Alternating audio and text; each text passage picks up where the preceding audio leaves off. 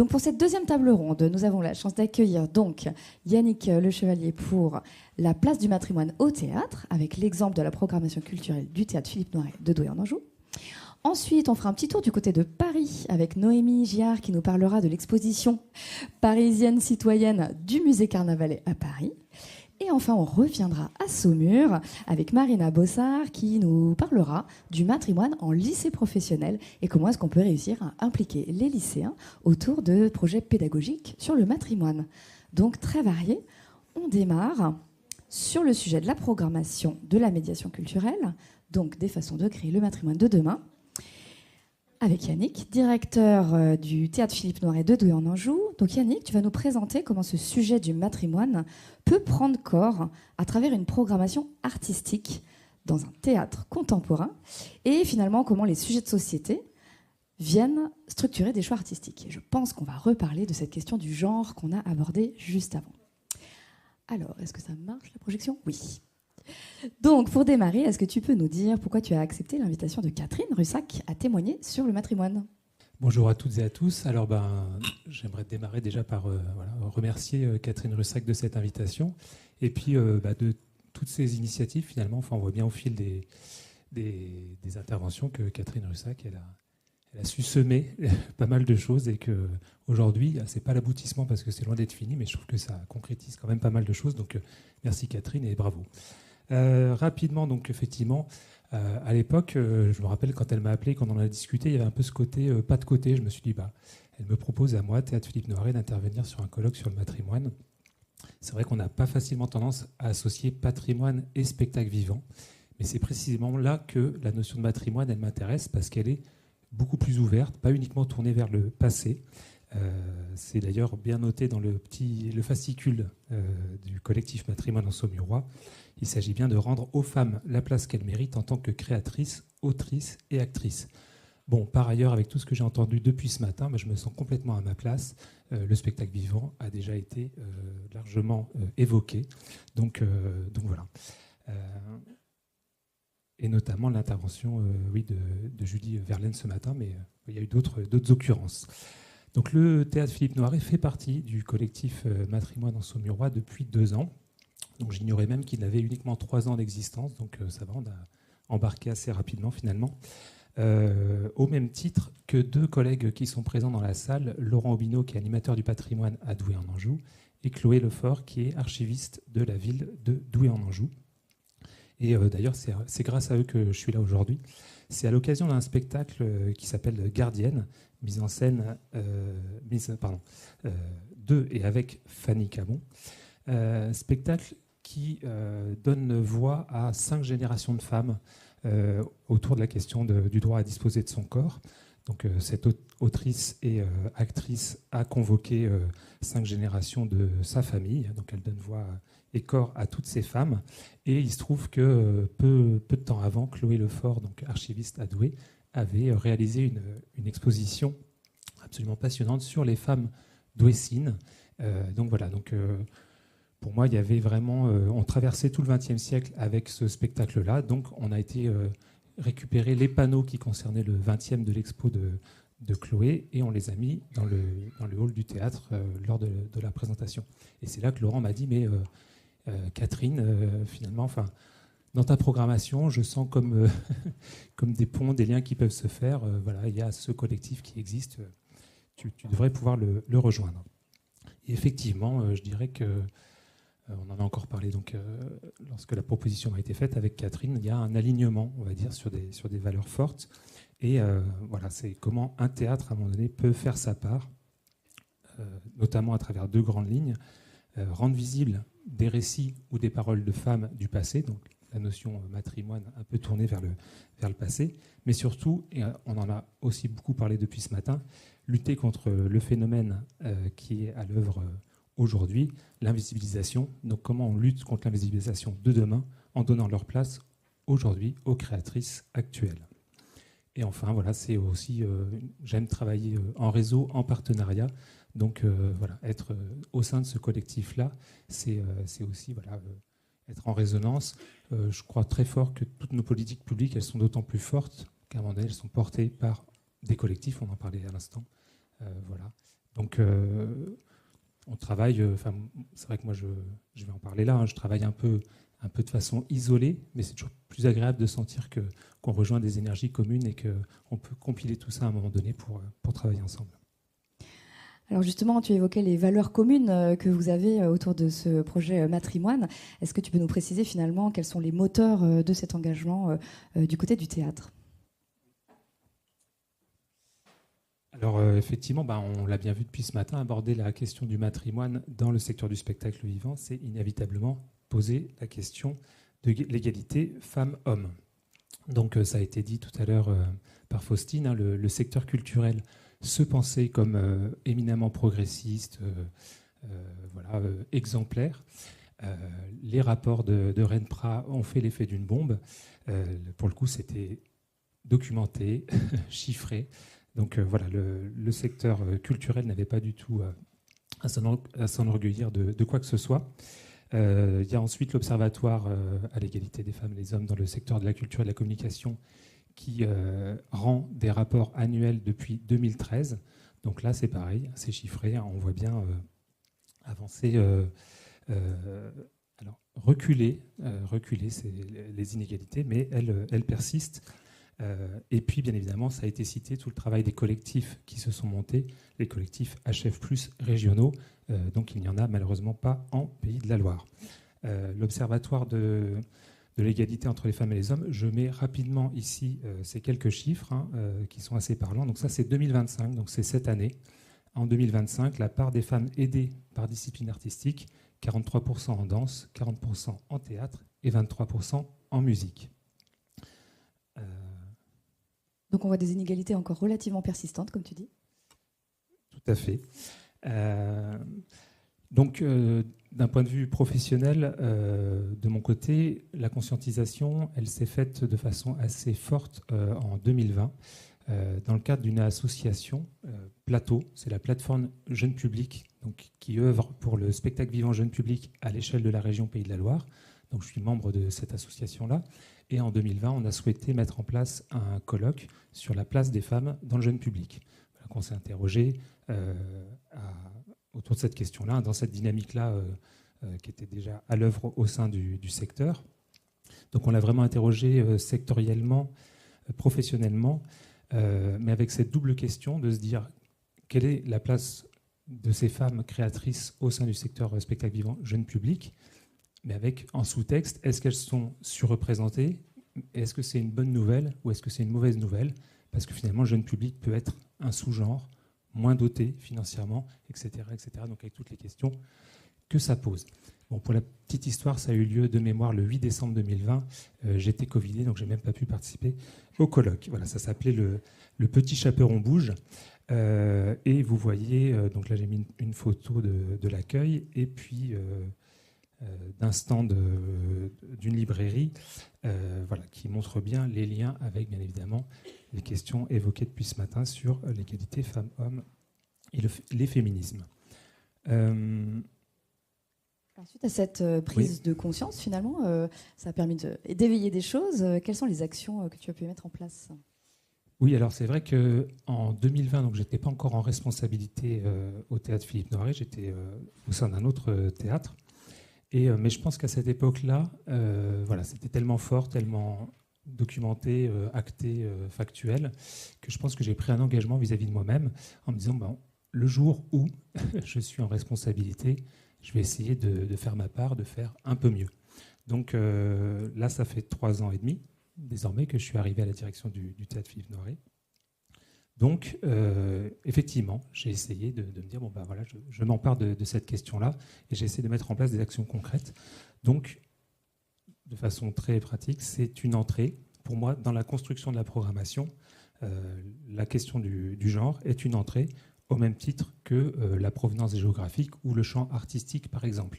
C'est-à-dire que lorsque je construis la saison, j'essaye de penser un équilibre des formes, des adresses, des âges, hors les murs, au théâtre, etc., etc.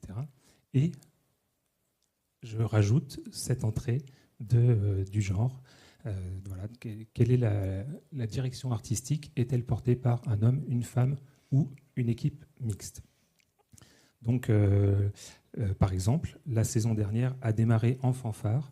Bon, ce n'était pas forcément prévu comme ça, mais dans le jeu des tournées, il s'est trouvé qu'on a démarré avec les filles de Simone et leur spectacle qui s'intitule « Derrière le hublot se cache parfois du linge » et suivi de près par le deuxième spectacle qui s'appelait « La vie en vrai » avec Anne Sylvestre, donc des Louves à minuit, deux spectacles donc portés par des femmes et où la question de l'égalité pour l'un, l'égalité des sexes, des genres était abordée, et pour l'autre, qui rendait hommage à cette figure majeure qui est Anne Sylvestre, qui inspire aujourd'hui encore énormément de féministes, de la jeune génération notamment, qui s'empare de cette œuvre immense.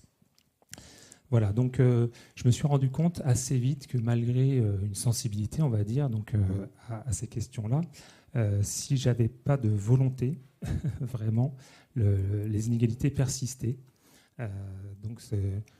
Ne serait-ce que parce que les propositions masculines sont plus nombreuses sur le marché, on va dire, entre guillemets.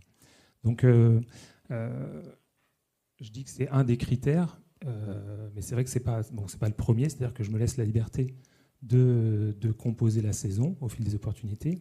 Et c'est une fois qu'elle commence à se mettre en place, on va dire que, le théâtre Philippe Noiret, c'est donc le théâtre municipal de la ville de Douai-en-Anjou, théâtre pluridisciplinaire, qui organise une trentaine d'événements sur la saison. Donc on va dire qu'une fois que 10-15 événements commencent à se positionner, là, souvent, je m'arrête et je fais un point. Notamment, je me suis rendu compte de ça lors de la première saison pleine et entière que j'ai construite.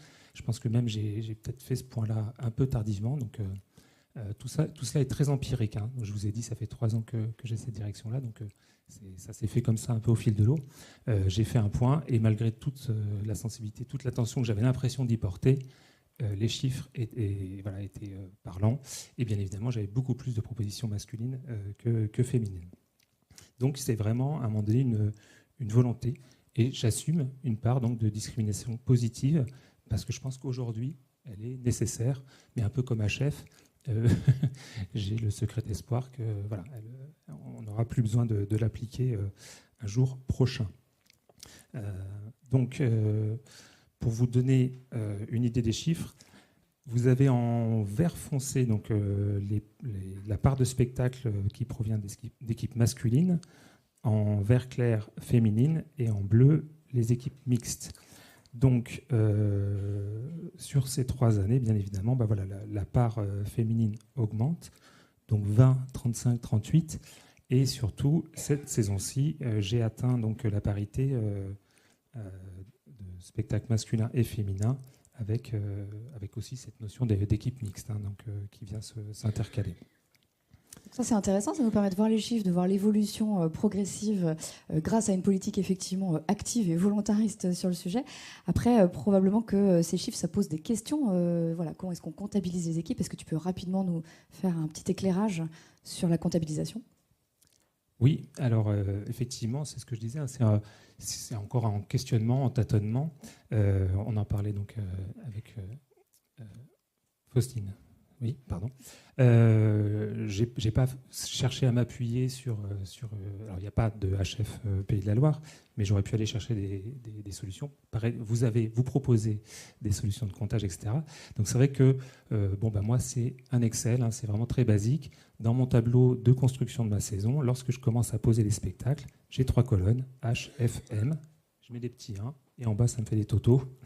Et très vite, je me rends compte qui part en tête, comment ça se joue.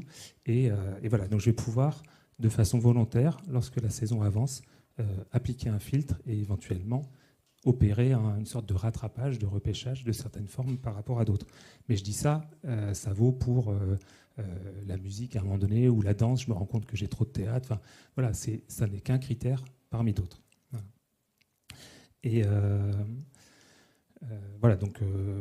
ce qui veut dire que, au bout du bout, souvent, j'aime me retrouver à la fin à rechercher, par exemple, un spectacle de danse pour le cycle 2 ou qui puisse jouer hors les murs, porté par une femme. Donc, après, les questions pratiques que ça pose, c'est que comptabiliser. C'est-à-dire que là, aujourd'hui, mon entrée première, c'est ce que j'appelle la direction artistique ou la mise en scène, qui signe la chorégraphie, qui signe la mise en scène. Donc, je vous ai parlé du spectacle Gardienne tout à l'heure, de et avec Fanny Cabon, Cambon, mais mise en scène par un homme. C'est-à-dire qu'elle a écrit l'histoire de ces femmes, c'est son histoire à elle aussi, mais elle a été chercher un regard extérieur, puisque c'est elle qui l'interprète, et elle a été chercher un homme. Bon, voilà, qu'est-ce que je fais de ça? Autre exemple, j'ai accueilli la saison dernière le spectacle Royaume de la compagnie hors série. C'est Hamid Benmaï, donc un homme qui signe la chorégraphie, mais il donne la place à 6 femmes au plateau, et c'est 6 récits, c'est leur récit personnel aussi, entremêlés de paroles qui sont celles de Simone Veil, Gisèle Halimi, etc. Donc vraiment un spectacle puissant sur la sororité et ses parcours de femmes. Voilà, donc parfois mon comptage, si je m'arrête à la stricte entrée de direction artistique, ça ne rend pas justice aussi, voilà, complètement. Donc il y a... là, je m'arrête pour l'instant à ce critère-là, mais après, on pourrait regarder au plateau, sur les distributions, au global, quelle est la part de femmes, quelle est la part d'hommes, etc., etc. Et enfin, plus largement, c'est pas l'enjeu aujourd'hui, mais c'est vrai que c'est pas le propos aujourd'hui, mais c'est la notion de représentativité, d'inclusivité. Donc voilà, on pourrait s'interroger, ça a été évoqué rapidement tout à l'heure, sur la question LGBTQIA+, les personnes racisées, etc., etc. Donc quel modèle on propose sur nos plateaux? Donc là, moi, une des entrées qui peut m'intéresser, c'est par exemple un modèle de femme puissante. A contrario, proposer des hommes qui dansent pour du jeune public, ça m'intéresse aussi. Donc voilà, c'est toutes ces questions-là qui s'ouvrent. Ça, ce sont finalement peut-être les pistes de développement possibles pour à la fois proposer des modèles peut-être différents et aller vers une société plus inclusive. Oui, tout à fait. En tout cas, c'est parmi les questions qui me traversent aujourd'hui. Et donc, sur les questionnements en tout cas que je me pose et les prochaines étapes, là où j'en suis de mon travail, il y a plusieurs choses. La première, j'en ai parlé en introduction, la question du jeune public, par exemple. C'est-à-dire qu'aujourd'hui, j'atteins la parité sur la saison 25-26 sur 30 événements. Mais est-ce qu'il faudrait que je comptabilise le tout public d'un côté, le jeune public de l'autre? Parce que c'est plus facile, on va dire, d'avoir des créatrices au sein du jeune public. Mais je trouve ça difficile sur une cohorte aussi réduite, c'est-à-dire qu'après, si je multiplie les critères, ça devient très compliqué. Est-ce qu'il faut que j'ai la parité en théâtre, en danse, en marionnette, etc., en musique? Et surtout, mon prochain et gros défi actuel, c'est celui des moyens de production. Avec mon arrivée au Théâtre Philippe Noiret, j'ai réussi à obtenir des financements DRAC pour pouvoir accompagner des équipes en création. Et là, chasser le naturel, il revient au galop. Je me suis rendu compte que sur 3 saisons où j'ai accompagné des projets et où je ne me suis pas astreint à appliquer ce filtre, eh bien, ça n'a pas raté. J'ai soutenu beaucoup plus de projets portés par des équipes masculines. Donc, il y a 2 ans, 4 projets masculins, 1 mixte, 1 féminin. L'année dernière, 100% masculin. Et cette année, j'en suis à 3 masculins pour 1 féminin. Et comme si ce n'était pas suffisant, je vous le donne en mille, les 2 projets féminins, donc il y a 2 ans et cette année, sont des projets jeunes publics. Voilà. Donc c'est ça mon prochain défi, c'est allouer aussi des moyens à égalité, à parité, sur des équipes masculines et féminines. Parfait, merci beaucoup pour cette illustration de comment est-ce qu'on peut essayer de renforcer l'inclusivité au niveau des théâtres.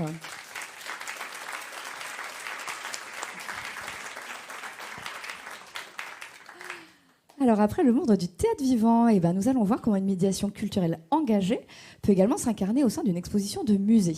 Alors pour la 2e intervention sur cette table ronde, nous accueillons Noémie Giard. Noémie, vous êtes responsable du service des publics au musée Carnavalet, Histoire de Paris, et vous allez nous parler de l'exposition Parisienne citoyenne, engagement pour l'émancipation des femmes.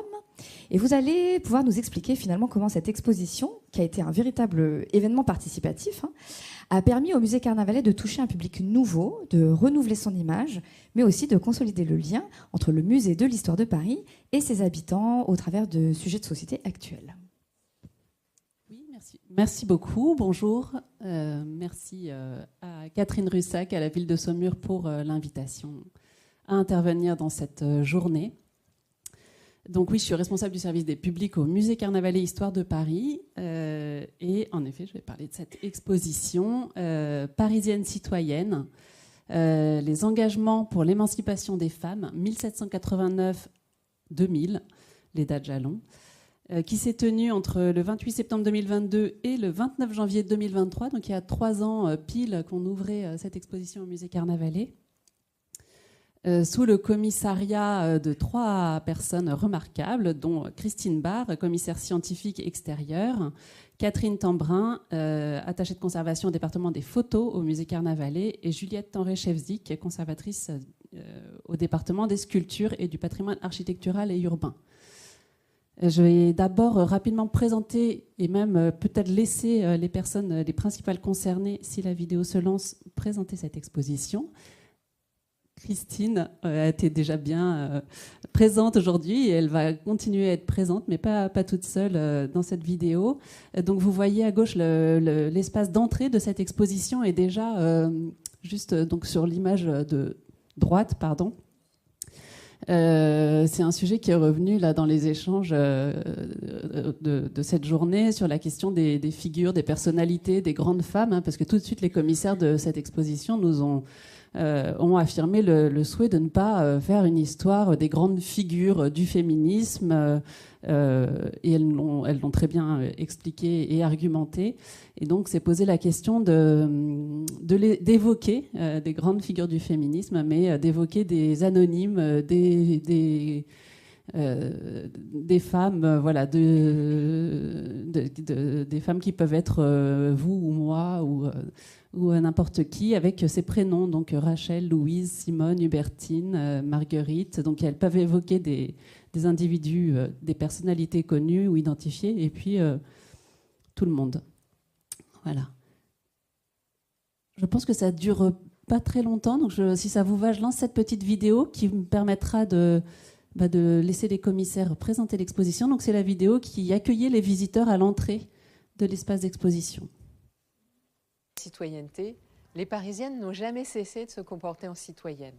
Parisiennes de naissance ou d'adoption, elles participent à la vie culturelle, économique, politique et trouvent ici parfois des ressources pour œuvrer à leur propre libération.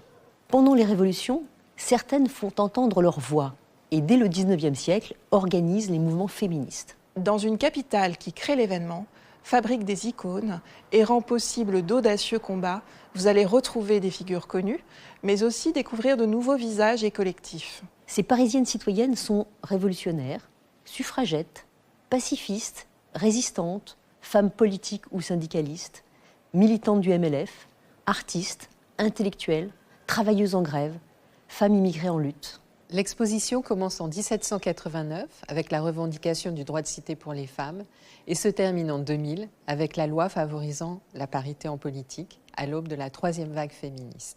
Entre ces 2 dates se déploie une dynamique émancipatrice explorée dans toutes ses dimensions. Vous allez ainsi découvrir ou redécouvrir des parcours singuliers de femmes, mais aussi des mouvements collectifs à travers un fil chronologique. Les grands combats portent toujours sur la possibilité de s'exprimer publiquement et de s'engager pour la chose publique, l'accès à l'éducation, la liberté de disposer de son corps, la possibilité d'occuper l'espace public au sens physique du terme, ou encore l'égalité salariale. Mais l'effervescence de ces luttes se fait plus vive à certaines époques qu'à d'autres. Dans cette histoire visuelle, nous avons dû nous adapter à la rareté des traces qu'ont laissées ces luttes dans les premières années. Progressivement, les témoignages visuels se font plus nombreux. Les femmes peintres, sculptrices, photographes, cinéastes ou dessinatrices d'humour apportent une contribution décisive. Si toutes les œuvres que vous verrez dans cette exposition n'ont pas été produites nécessairement par des femmes, nous avons en revanche volontairement exclu les documents qui comportent une dimension antiféministe. Nous exposons ici des œuvres et documents variés, provenant souvent de fonds méconnus. De nombreuses photographies ont été tirées pour l'exposition. Elles sont pour beaucoup inédites et présentées sans montage. Vous trouverez aussi une grande sélection d'extraits sonores ou audiovisuels et des dispositifs numériques pour approfondir certaines thématiques. Résumer plus de 200 ans d'engagement pour l'émancipation des femmes à Paris impose bien sûr des choix. Cette exposition, tel un iceberg, fait découvrir la part émergée de cette histoire. Voilà. J'ai également rassemblé et retrouvé avec grand plaisir quelques vues des salles de l'exposition, juste pour l'évoquer en images en amont de cette présentation.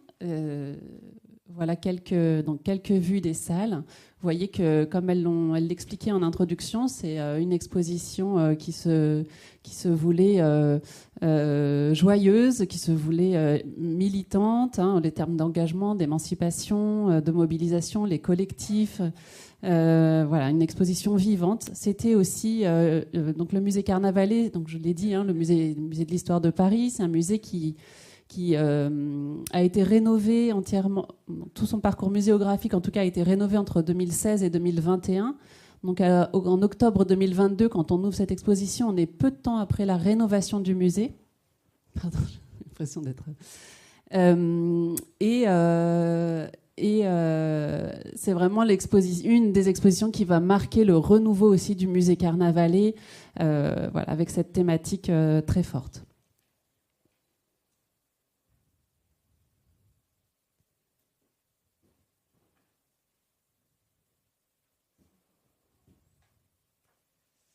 Une petite évocation d'un ouvrage incroyable qui, j'espère, est présent dans j'espère est présent dans les bibliothèques de vos communes, parce que je pense qu'il a été rapidement épuisé. Donc le catalogue de l'exposition sous la direction de Christine Barr, avec de nombreux textes. Je ne l'ai pas amené parce qu'il est un peu costaud, mais il faut vraiment qu'on s'y penche. Et donc mon sujet à moi, je suis donc responsable du service des publics, et le sujet dont je m'occupe avec mon service, avec mes collègues, c'est la médiation. La médiation, la programmation culturelle, les publics, comment faire venir un large public, comment s'adresser à un grand public de connaisseurs et de non-connaisseurs du sujet. Et donc, je ne vais pas faire une présentation exhaustive de tout ce qu'on a mis en place dans l'exposition, mais je vais juste évoquer par quelques petites touches et projets importants que nous avons conduits avec les commissaires de l'exposition. Tout d'abord, avec cet axe de la médiation dans l'exposition, qui a été l'occasion de travailler avec une autrice, illustratrice, qui s'appelle Lisa Mandel, et qui a réalisé donc, des panneaux focus qu'on a, j'en ai mis quelques-uns ici, qui étaient présents dans toutes les salles de l'exposition, avec des textes sur certaines thématiques qui avaient vocation à s'adresser à un grand public pas forcément connaisseur du sujet. Parce qu'évidemment, avec une exposition de cette nature, on sait qu'on va s'adresser à un public de personnes impliquées, connaisseuses, engagées. Mais l'enjeu pour le musée Carnavalet et pour cette exposition, c'était également de s'adresser à des personnes, à des publics plus jeunes, à des personnes pour qui ces questions aujourd'hui, et notamment depuis... on va dire peut-être MeToo 2018, beaucoup de jeunes femmes et hommes sont très, très concernés et engagés sur ces questions. Donc de pouvoir aussi proposer à ces jeunes adultes une découverte de cette histoire longue des mouvements pour l'émancipation des femmes dont ils ne pouvaient ne pas avoir forcément connaissance. Donc les illustrations de Lisa Mandel, à la fois... joyeuse, mais aussi humoristique. Oui, voilà, humoristique. Enfin, vous les voyez un petit peu là, un peu décalé aussi, était ponctué comme ça le parcours du visiteur, des visiteurs et visiteuses de l'exposition. Comme on peut le voir ici, par exemple, sur ces deux photographies. Aujourd'hui, quand on se promène dans les bureaux du musée Carnavalet, on trouve ces focus, donc on les appelait les focus ados, mais bon, c'est ados, jeunes adultes, grand public, sur les portes des unes et des autres dans les différents bureaux, puisqu'on les a conservés. Important aussi, au moment du lancement de cette exposition, on a beaucoup travaillé avec les commissaires et avec nos collègues de la communication sur les partenariats qu'on pouvait mettre en place pour faire connaître cette exposition à un public large. Carnavalet, je l'ai dit, c'est le musée de l'histoire de Paris, c'est un musée très ancien, un musée qui a ouvert ses portes en 1880, qui a une longue histoire derrière lui, une image qui, avant sa rénovation, pouvait être un peu figée dans le temps. Et donc il fallait renouveler l'image et renouveler les publics, et il fallait aussi réussir à ne pas passer à côté des publics cibles de cette exposition. Et donc une des personnalités avec lesquelles on a noué de ces partenariats, c'est l'illustratrice, autrice, militante, féministe, qui est Blanche Sabat, que vous connaissez peut-être parce qu'elle a été l'autrice d'un ouvrage il y a quelques années qui s'appelle Mythes et Meufs, qui, si vous ne le connaissez pas, voilà, je vous invite à aller le voir. Et dans le cadre de c'était au départ des posts Instagram qu'elle faisait sur des figures de la mythologie qui pouvaient avoir des échos sur les questions des femmes, notamment par exemple la figure de Méduse ou d'autres. Et donc elle avait, à l'occasion de l'exposition, en teasing de l'exposition, fait cette petite BD sur Instagram sur le mythe de la Parisienne. On n'a pas le temps de la lire en entier, je vous ai mis des slides pour le plaisir. Et donc qui introduisait ensuite à l'exposition avec la dernière petite case. Il dit: pour casser cette image d'une Parisienne qui n'aurait pour elle que son physique ou d'un Paris éternellement blanc, le musée Carnavalet Histoire de Paris revisite le rôle de la Parisienne dans la lutte pour les droits des femmes et dans l'histoire grâce à son exposition Parisienne citoyenne dès septembre. Et ça a l'air de rien, mais ça a énormément bien marché. Toutes ces partenaires, ces influenceuses militantes sur Instagram notamment et dans d'autres réseaux sociaux ont joué un rôle assez fort pour faire venir du public dans l'exposition, et des publics qui n'étaient pas du tout connaisseurs ou connaisseuses du musée Carnavalet avant cela. Ça a été aussi l'occasion, j'ai mis quelques présentations rapides, de renouveler un peu, de repenser notre offre de médiation humaine. On a essayé de faire justement en lien avec le propos qui était développé dans l'exposition, des visites, des animations qui tissent des liens avec le débat, la créativité, le chant. Donc il y avait féministe et on le manifeste, féministe et on l'affiche, féministe et on le chante. Donc plusieurs approches qui étaient mobilisées dans le parcours de l'exposition, présentes à travers les œuvres et qu'on a déclinées dans l'offre de médiation. Et puis une programmation d'événements. Ça a été vraiment un moment très important et qui a été un jalon pour la programmation culturelle du musée. On a eu plusieurs événements festifs ou plus des soirées, rencontres, débats qui ont été l'occasion de faire intervenir. Alors pour la soirée événementielle de lancement des musique, donc des DJ sets, des performeuses, de la danse par des artistes engagés dans des combats féministes. J'ai mis quelques photos parce que ce type de performance au musée Carnavalet, c'était particulièrement frappant. Et vous avez notre directrice Valérie Guillaume qui a soutenu le projet du début à la fin, qui est présente sur une de ces photos tout à gauche. Et puis ces rencontres qui ont été des moments très forts également, donc une douzaine de dates sur les 4 mois qu'a duré l'exposition. Donc c'est une bonne programmation, bien intensive pour les équipes. L'objectif, c'était vraiment de faire intervenir, et on l'a vu sur la photo ici. Donc là, vous avez Fatima Wassak, Inae Benaben, Bibia Pavard et Camille Froide-Vaumétry. Donc 4 personnalités, figures importantes du féminisme, des luttes contre les violences faites aux femmes, de l'histoire des femmes et de la philosophie féministe, qui dialoguaient ensemble dans une de ces rencontres. On en avait une autre sur corps, représentation et féminisme avec Maya Mazorette, Axel Janjiquet, Titiou Lecoq et Emmanuel Retailleau.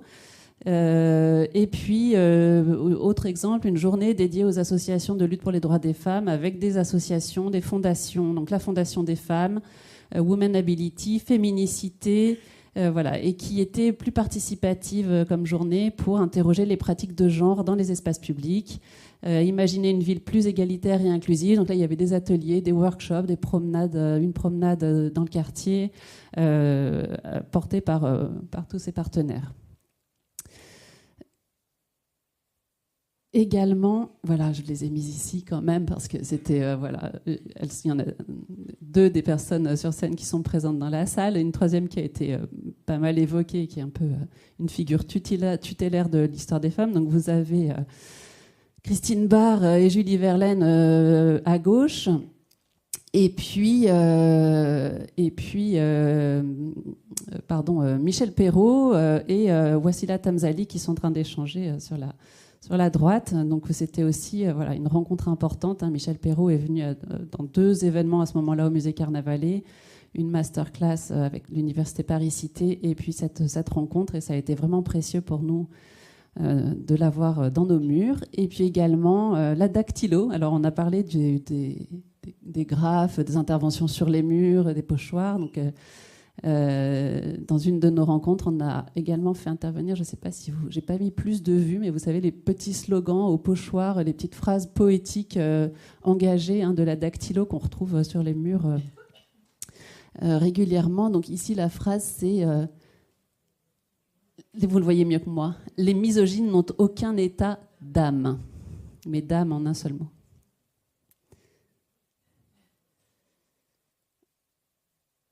Voilà, également, comme parfois on peut le faire dans le cadre de certaines expositions qu'on fait plus généralement en lien avec nos collections permanentes au musée, on a pu avoir des projets participatifs, des projets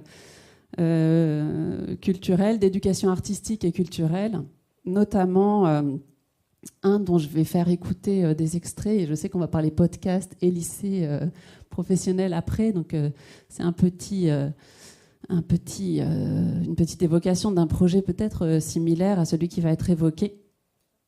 Ah, c'est fini, on a été donc on a pu faire ce projet qui a été porté par mes collègues au sein du service des publics avec 22 jeunes adultes, donc 2 groupes en réalité de partenaires. L'un qui est l'école de la deuxième chance, une école de formation professionnelle, de réinsertion pour des jeunes adultes qui, pour une raison ou une autre, à un moment de leur parcours, ont quitté le système scolaire et qui souhaitent se réinsérer. Et des élèves en bac mécanique automobile du lycée Camille Genazzi, qui se trouve dans le 18e arrondissement, aux limites de Paris et d'Aubervilliers. Et ce projet a été l'occasion pour les jeunes, alors on en voit certains sur la photo de gauche ici, mais là on voit les jeunes femmes, mais en fait en bac pro mécanique automobile, là c'était l'école de la deuxième chance. Sinon c'était essentiellement des jeunes garçons. Ils ont pu rencontrer les commissaires de l'exposition, Catherine Tambrin et Juliette Tenré, échanger avec elles sur des œuvres qui allaient être présentées dans l'exposition. Donc là, on est bien en amont de l'expo. Donc, au moment où ils travaillent sur le podcast, ils n'ont pas vu l'expo, mais ils rencontrent les commissaires, ils ont des reproductions des œuvres qui leur sont proposées. Et certaines œuvres vont attirer leur attention et ils ont mené tout un travail de discussion, de réflexion, d'écriture aussi. Pour une partie de ces jeunes, c'était des jeunes qui maîtrisaient mal la langue française, le français, et donc qui ont dû faire aussi un travail de rédaction. Et je vais vous faire écouter un de leurs textes, on l'entend un petit peu, ça leur a demandé un travail important. Et ce podcast, en fait, il est disponible toujours aujourd'hui en ligne en podcast, mais il a été également, pendant toute la durée de l'exposition, intégré à l'application de visite. C'est-à-dire que les visiteurs et visiteuses de l'exposition pouvaient, en téléchargeant gratuitement l'application de visite, écouter, comme on le fait quand on aime ce type d'outils dans les expositions, les commentaires que propose le musée sur l'exposition, et là qui étaient incarnés par les commissaires.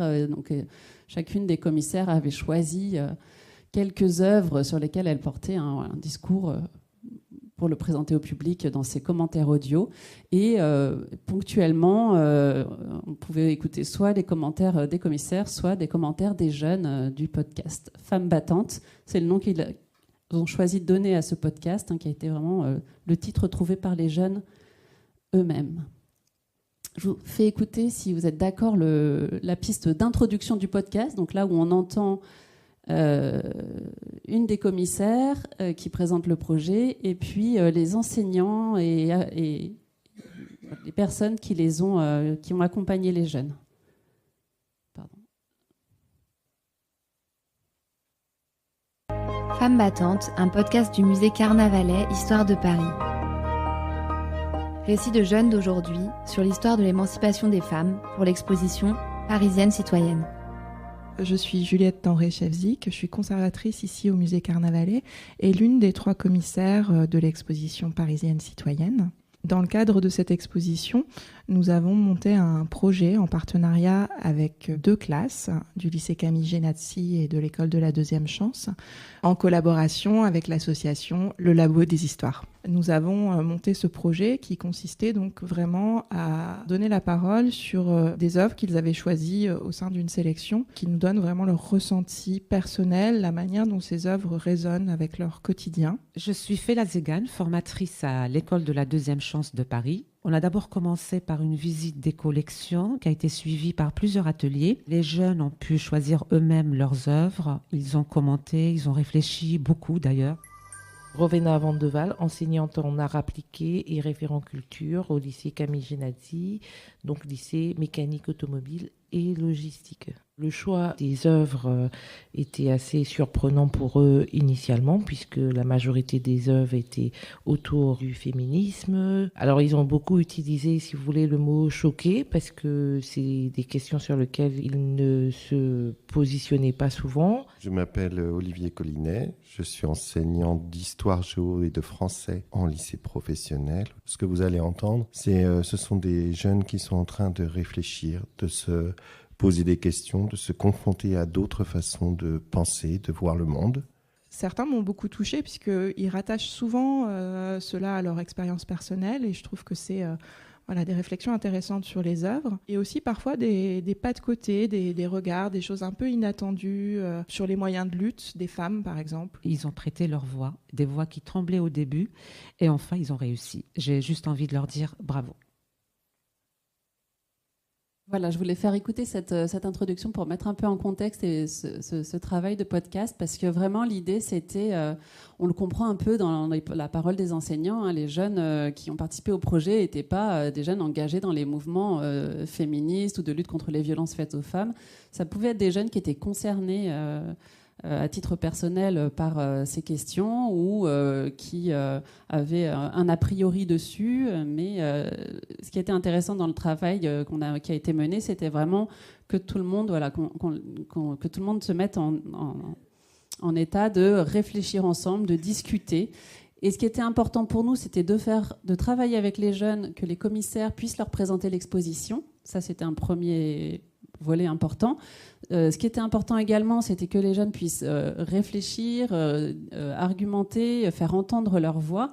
Et le troisième élément, c'était aussi qu'on puisse entendre leur voix dans le parcours de l'exposition, c'est-à-dire qu'on puisse aussi entendre des publics qui n'étaient pas forcément les publics qui allaient venir naturellement dans l'exposition, mais qu'on puisse faire entendre les voix de tous ces publics au sens large, concernés justement à un moment donné par ces questions. Et si vous êtes d'accord, je mets une petite, j'ai presque fini après, donc ça devrait aller.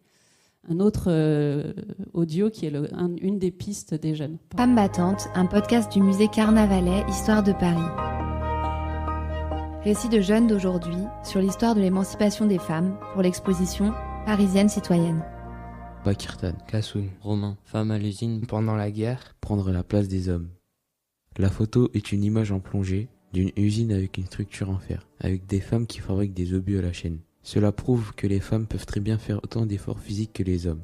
De nos jours, les métiers qui ont une réputation physique, mécanique et industrielle deviennent moins difficiles, plus techniques et demandent plus d'intelligence. Les métiers de l'industrie et de la mécanique deviennent de plus en plus accessibles grâce à la nouvelle technologie. Les matériaux sont de plus en plus sécurisés. Avant, quand les femmes travaillaient à l'usine, l'équipement et matériel étaient moins performants et moins sûrs.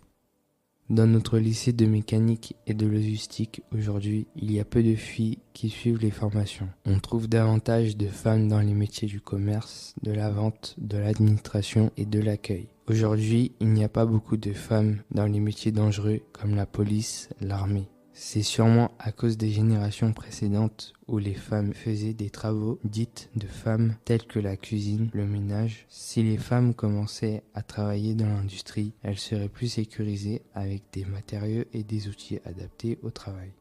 Pourquoi est-ce que les femmes sont moins payées que les hommes alors que pourtant ils font le même travail ? Je constate aussi que dans certains lieux où j'ai pu faire mes stages de mécanique, Rien n'est adapté aux conditions de travail pour les femmes. Les femmes et les hommes font le même travail. Je comprends pas pourquoi les femmes sont moins payées que les hommes. C'est pour ça aussi il y a des femmes qui se manifestent dans Paris. Dans nos ateliers, il n'y a pas des vestiaires, par exemple, pour les femmes. C'est seulement adapté que pour les hommes. Si elles ont les mêmes compétences que les hommes, il n'y a pas de problème. Oui, pour moi, les femmes sont aussi fortes pour faire le même travail que les hommes. C'est ce que je pensais toujours. Voilà, j'avance du coup avec mes les derniers sujets. Ce qui était important, voilà, ce que je voulais évoquer pour conclure, c'était la question de l'impact de cette exposition dans différents domaines, on va dire. L'impact du sujet et du titre, on l'a vu, hein, c'était pas uniquement une exposition sur les femmes, c'était une exposition avec l'importance du sujet, du titre, qui était les engagements pour l'émancipation des femmes. C'était vraiment un thème sociétal avec une mise en avant de dynamique collective qui a beaucoup parlé au public, qui a beaucoup parlé aux jeunes. Des bornes chronologiques, donc 2789, on comprend pourquoi, à 2000, la loi sur la parité. Des bornes chronologiques qui ont tout de suite posé question, également pour les commissaires, hein, de se dire on s'arrête au moment où c'est pas fini en fait. Hein, on avait bien, et c'était bien présent dans l'exposition. 2000, c'est la loi sur la parité, mais la loi résout pas le sujet. On en a bien parlé aujourd'hui. Et donc, ce que vous avez vu, c'est la conséquence de ça, c'est ce que je vous ai présenté, c'est-à-dire que il a été tout de suite acté que la programmation culturelle, les événements autour de l'exposition, les projets d'éducation artistique et culturelle, tout ce que je vous ai montré, ferait continuerait le chemin de 2000 à nos jours, parce que évidemment, il y a beaucoup de choses à évoquer pour les années de 2000 à 2022 à l'époque. Voilà. Ce qui a été assez tangible, c'est la forte présence de publics jeunes adultes dans l'exposition et dans les rencontres qu'on trouve dans les chiffres par la suite. Et puis, ça a été aussi une impulsion qui a été donnée pour l'ensemble de la médiation et de la programmation culturelle. On a essayé toujours par la suite de s'attacher à des questions de société, on a parlé des droits des enfants, on a parlé des droits de la nature, on a eu des thématiques sociétales qui sont beaucoup revenues dans notre programmation. Et puis, je suis solidaire de mon collègue pour la programmation du théâtre, Philippe Noiret. Parce que les intervenantes qu'on a mobilisées pour cette programmation autour de l'exposition c'était 100% féminin, par un étrange hasard des choses. Mais en fait, même en tant que femme, et même en tant que femme sensible et mobilisée sur ces questions, en fait, on retombe toujours, et c'est assez vertigineux et c'est assez impressionnant dès qu'on fait une liste. Bon alors, cette rencontre, cette thématique, qui pourrait intervenir, et première liste qui sort, et voilà, et on s'arrête et on fait, mais alors pas forcément 100%, mais parfois si, hein, on se dit mais là on a fait une liste, il n'y a que des hommes, c'est quand même incroyable, et c'est là qu'on se dit les choses sont profondes, sont ancrées, et on est obligé de se donner des contraintes, hein, de se forcer, de se dire, en fait, et on le sait, après l'avoir testé une fois, deux fois, trois fois, que sur n'importe quel sujet, si on a des spécialistes hommes qui nous viennent à l'esprit tout de suite, parce qu'on les a entendus à la radio, on en a entendu parler, on les a vus, on a vu leurs bouquins sur les étalages des librairies, etc. On sait qu'il y a des femmes aussi, qui parfois c'est des jeunes chercheuses, parfois c'est d'autres profils, mais il faut se donner cette contrainte. Voilà. Et donc c'est ça un des impacts aussi pour nous de cette programmation autour de l'exposition parisienne citoyenne, ça a été toujours de garder cette vigilance. On n'a pas pu poursuivre du 100% féminin, mais par contre on essaie de toujours avoir une attention à la parité dans la programmation, dans nos événements, dans les rencontres, dans les intervenants auxquels on fait appel. Ça c'était quelques chiffres, mais c'est pas très grave. Et voilà, et je voulais m'arrêter avec cette dernière image. Donc c'était Je suis une femme, pourquoi pas vous, qui concluait l'exposition, avec cette banderole qui avait été fabriquée, faite dans la préparation de l'exposition en team building par les équipes du musée autour des commissaires. Et donc 4 mois d'ouverture et 90 90 338 visiteurs et visiteuses. Voilà, je vous remercie.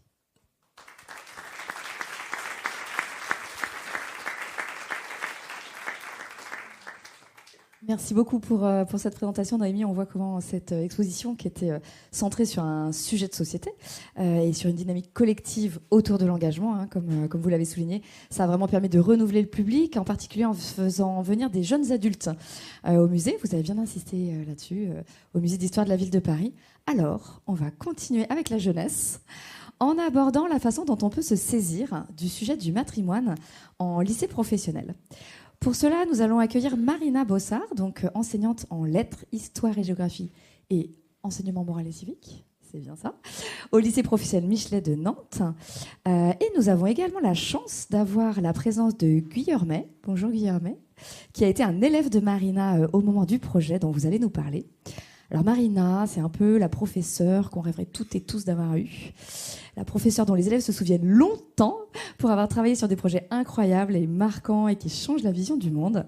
Et donc Marina, tu vas nous présenter ce projet qui a amené tes élèves de Saumur jusqu'à Genève à travers une incroyable découverte et valorisation d'un profil du matrimoine. Je te passe la parole.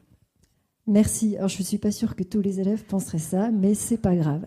Moi, je le pense. Donc, je suis aujourd'hui au lycée professionnel Michelet à Nantes, mais je n'y suis que depuis un peu plus d'1 an.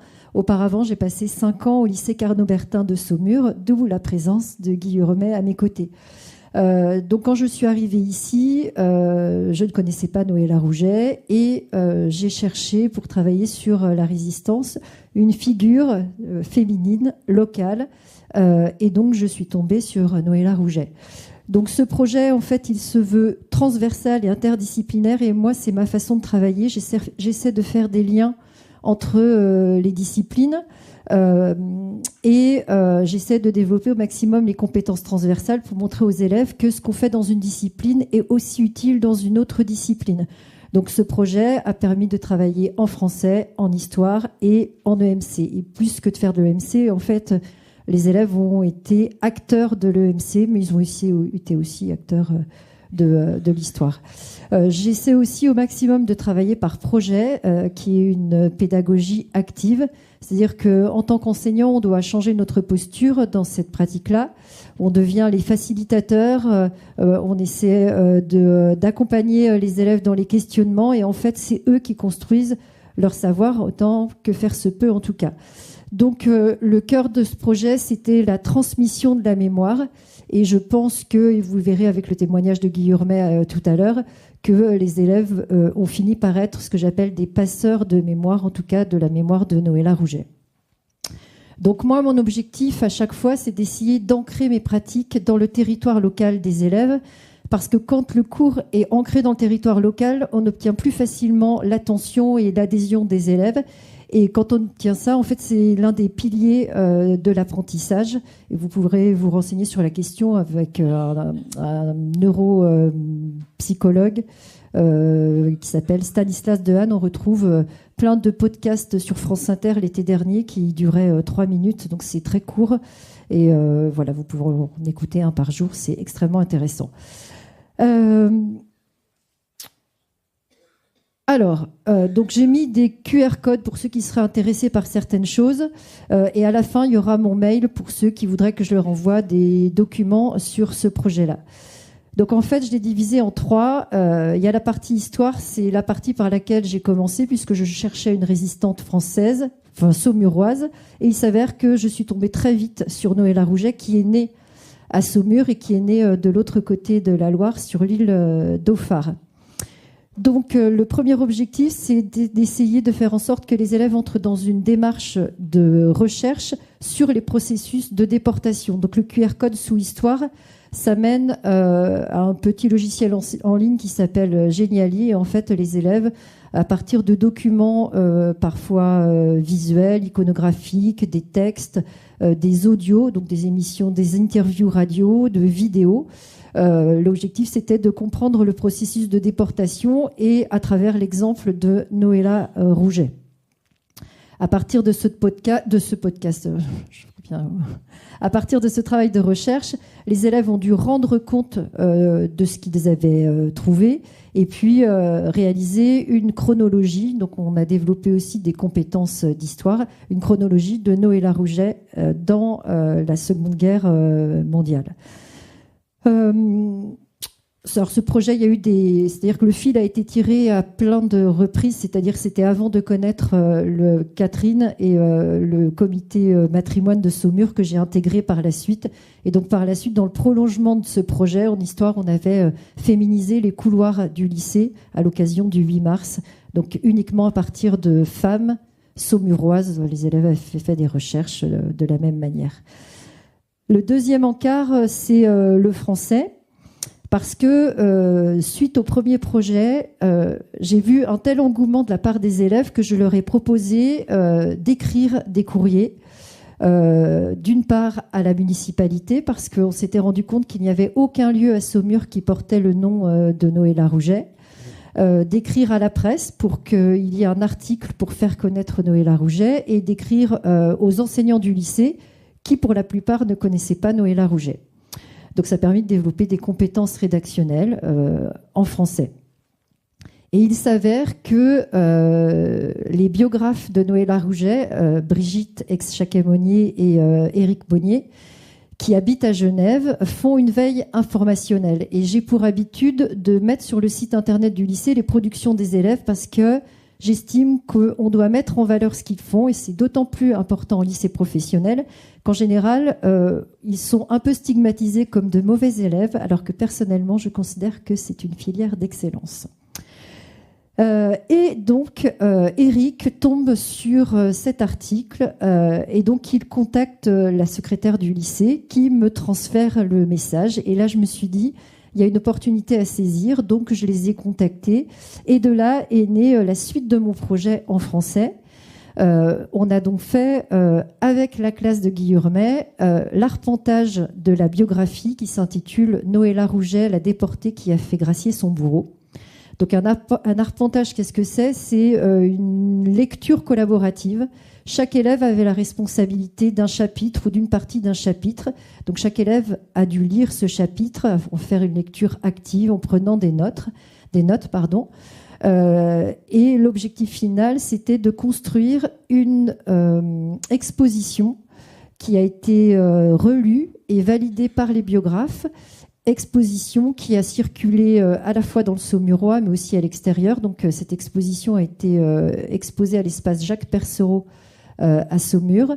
Elle a été exposée à la bibliothèque municipale de Legé parce que la famille paternelle de Noëlla était originaire de Legé. Donc elle est passée dans tous les collèges de Legé, et mes collègues du coup de collège s'en sont servis comme support de cours. Et enfin, cette exposition est exposée à la paroisse Sainte-Thérèse de Genève, que fréquentait assidûment Noëlla, puisqu'elle a vécu une grande partie de sa vie à Genève. Et donc, comme vous pouvez le voir sur la photo en haut, cette exposition a obtenu le premier prix Montrer l'histoire, organisé par les archives départementales du 49. Voilà pour cette partie-là, que je n'oublie rien. Pour mettre en valeur cette exposition, on a organisé un vernissage de l'exposition. Donc, ça a permis de développer d'autres compétences, donc des compétences rédactionnelles toujours pour lancer les invitations, des compétences orales, puisque ce sont les élèves qui avaient fait les discours pour accueillir les invités. Et parmi les invités, nous avions donc les biographes et les deux fils de Noëlla Rouget qui s'étaient déplacés depuis Genève. Mais le recteur s'était déplacé aussi, les députés des circonscriptions de Saumur, la municipalité de Saumur s'était déplacée. Et donc, ce n'était pas forcément évident pour les élèves de s'exprimer face à un public nombreux, parce que c'est un exercice assez difficile. Je mets au défi de nombreux adultes de se plier à l'exercice, et je ne suis pas sûre que tout le monde y arriverait. Donc, ce sont les élèves qui ont tout organisé, qui ont accueilli. On a eu la chance de profiter des sections hôtelières du lycée pour un petit buffet. Et lors de ce vernissage, le projet a pris un nouveau step, c'est-à-dire que les biographes nous ont annoncé que nous étions invités par le consul de France de Genève à nous rendre à la cérémonie commémorative en octobre suivant, pour l'inauguration de la plaque en mémoire de Noëlla Rouget, qui aujourd'hui est la seule civile qui figure sur ce mur des monuments aux morts. Et donc là, j'ai eu un petit tour de panique parce qu'on était le 28 avril. La cérémonie avait lieu, en fait, il y a exactement 3 ans parce que c'était mi-octobre. Et le conseil d'administration avait lieu début juillet. Donc en fait, j'avais moins de 2 mois pour monter le projet. C'était un projet ex nihilo parce qu'en fait, on partait dans les pas de Noëlla Rouget à Genève, mais aussi à Châteaudet, là où elle a fait sa convalescence. Enfin voilà. Au final, ça s'est fait, donc voilà. Donc ça, c'était pour la partie français. Et donc, la partie EMC, on a abordé aussi l'EMC, parce que suite au courrier que mes élèves avaient envoyé à la municipalité, nous avons été invités dans la salle des conseils de la mairie de Saumur par Michaela Rahar, qui était en charge de la démocratie participative. Donc, elle nous a expliqué ce qu'était la démocratie participative. Et elle nous a expliqué que la municipalité ne connaissait absolument pas Noëlla Rouget, que donc ils avaient dû faire des recherches sur elle et qu'ils avaient estimé que oui, elle méritait de faire partie de la liste des 10 noms en attente de nomination d'un lieu à Saumur, mais que ça pouvait prendre du temps parce qu'on ne peut pas débaptiser une rue comme ça et puis on ne crée pas de nouvelles rues comme ça. Donc ça pouvait prendre beaucoup de temps. Il s'avère que les choses se sont accélérées et je pense que Guillaume en parlera. Nous avons fini par inaugurer le rond-point Noëlla Rouget et en fait, ce rond-point il a été inauguré grâce au courrier que les élèves avaient envoyé à la municipalité. Et en fait, travailler comme ça permet de montrer aux élèves que on ne fait pas que de la théorie, que ce qu'on fait en cours, c'est aussi ancré dans la réalité et que ce sont de futurs citoyens en construction. Et donc, moi, j'estime qu'il est important de faire en sorte qu'ils soient acteurs des choses et pas seulement sur des choses théoriques. Et donc, il y a eu, par rapport à l'EMC, ce voyage mémoriel en Suisse. Et donc, nous sommes partis dans les pas de Noëlla Rouget, puisque après sa déportation à Ravensbrück, à la libération du camp, elle pesait 32 kilos et elle était atteinte de tuberculose. Et donc, son premier objectif, c'était de rentrer sur Angers le plus vite possible parce qu'elle souhaitait mourir chez elle, entourée des siens. Il s'avère que elle est morte centenaire de la Covid-19. Et donc, elle est partie en convalescence dans le chalet de la Gumflou, en Suisse. Et donc, avec les élèves, on est parti 5 jours en bus de Saumur jusqu'à Genève, Châteaudet, dans les montagnes. Voilà, c'était une aventure assez magique, j'ai envie de dire. Voilà. Et je vais laisser donc la parole à Guillaume, on va reprendre après pour conclure, pour qu'il vous fasse part de son expérience dans le cadre de ce projet.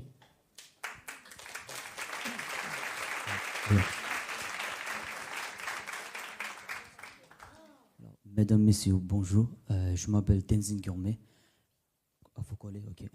Je m'appelle Tenzin Guirmet. Je suis en BTS MSO au lycée Séti Carnot-Jean-Bertin.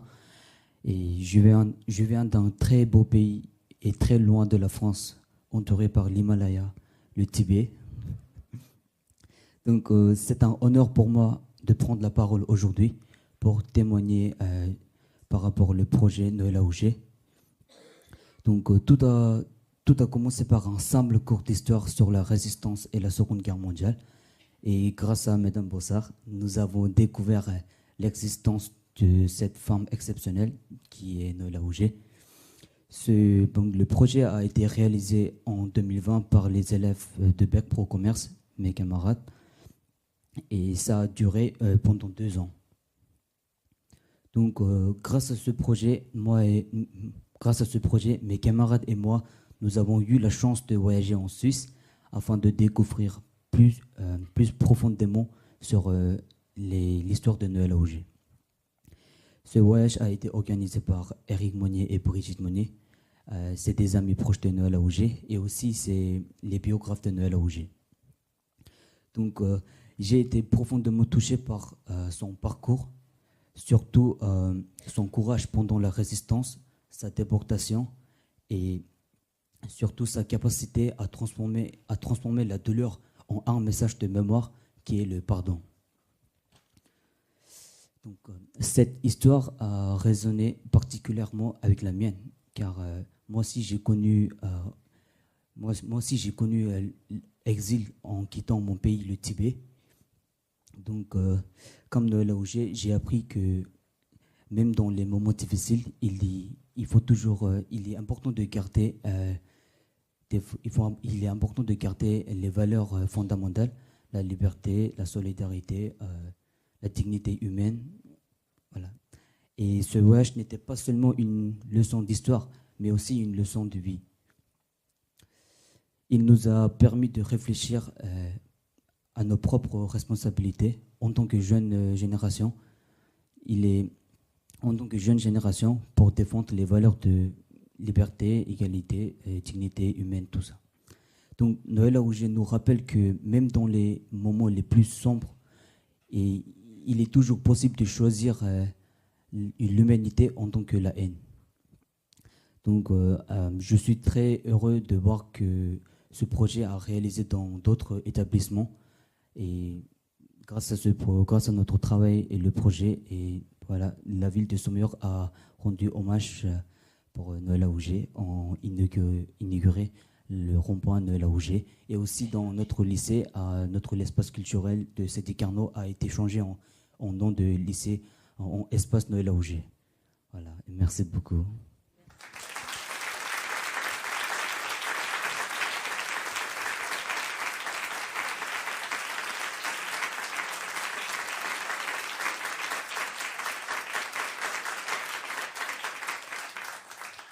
Donc juste pour conclure, il y a quand même eu des petits obstacles tout au long de ce projet. C'est-à-dire qu'il y avait un autre projet que les élèves avaient lancé. Ils s'étaient dit, une rue, d'accord, c'est bien, et puis si ça se trouve, ça n'arrivera jamais, ou en tout cas, on ne sera plus au lycée. Et donc, ils s'étaient dit, ici, on changeait le nom du lycée de Sadi Carnot Jean Bertin à lycée Noëlla Rouget. Donc la direction était d'accord, la région était d'accord, donc il a fallu, ils avaient organisé un référendum pour avoir l'avis des élèves, et puis il y a eu quelques petites résistances, quelques petits blocages au sein du lycée, mais à la fois c'est pas très grave parce que quand on travaille en pédagogie de projet, parfois il y a des obstacles et ça fait aussi partie de l'apprentissage de voir que parfois on n'arrive pas au bout des choses. C'est pas grave, on avance, on fait autre chose et voilà, tout ne peut pas être que succès à chaque fois. Voilà, mais en tout cas, la grande réussite, c'est que vraiment, donc il y a le témoignage de Guy Hurmet, là j'avais vidéo projeté le témoignage de Camille, mais il y a plein d'autres témoignages d'élèves. Qui garde de ce projet, en tout cas, plein de souvenirs. Et je sais que je me souviens de Camille qui avait dit moi, madame, quand j'aurai des enfants, je leur parlerai de Noëlla Rouget. Donc voilà. Donc moi, je suis à Nantes, mais je continue à travailler un peu sur Noëlla Rouget. Le nouveau projet, c'est de faire une biographie jeunesse, entre guillemets. Et en fait, elle a toujours autant de succès. Vraiment, ça attire les élèves, son parcours incroyable. Et puis le fait qu'elle ait pardonné, c'est quelque chose, parfois ils ne comprennent pas, mais ils se disent, mais oui, mais en fait, c'est elle qui a raison. Donc voilà, il y a eu des échecs, tout n'a pas marché, mais globalement, c'était un vrai beau projet. Il faut accepter, quand on travaille en projet, de travailler sans filet et de se laisser porter par les choses, et que parfois, ça nous emmène dans des endroits qu'on n'avait même pas imaginés. Et franchement, ça, c'est un véritable bonheur.